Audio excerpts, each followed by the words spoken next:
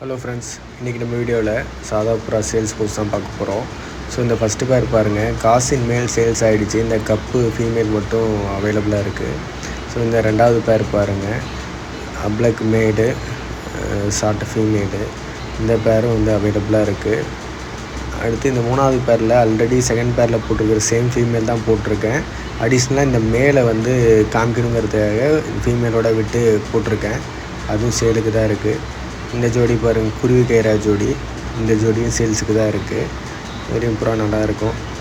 அடுத்து இன்னொரு பேர் பாருங்கள், ஃபீமேல் வெள்ளை ஃபீமேலு ஜாக் புள்ளி மேலு. இந்த பேர்லேயும் புறா 6 மேலே புறா பறக்குது. ஸோ யாருக்கா தேவை அப்படின்னா கண்டிப்பாக கால் பண்ணுங்கள்.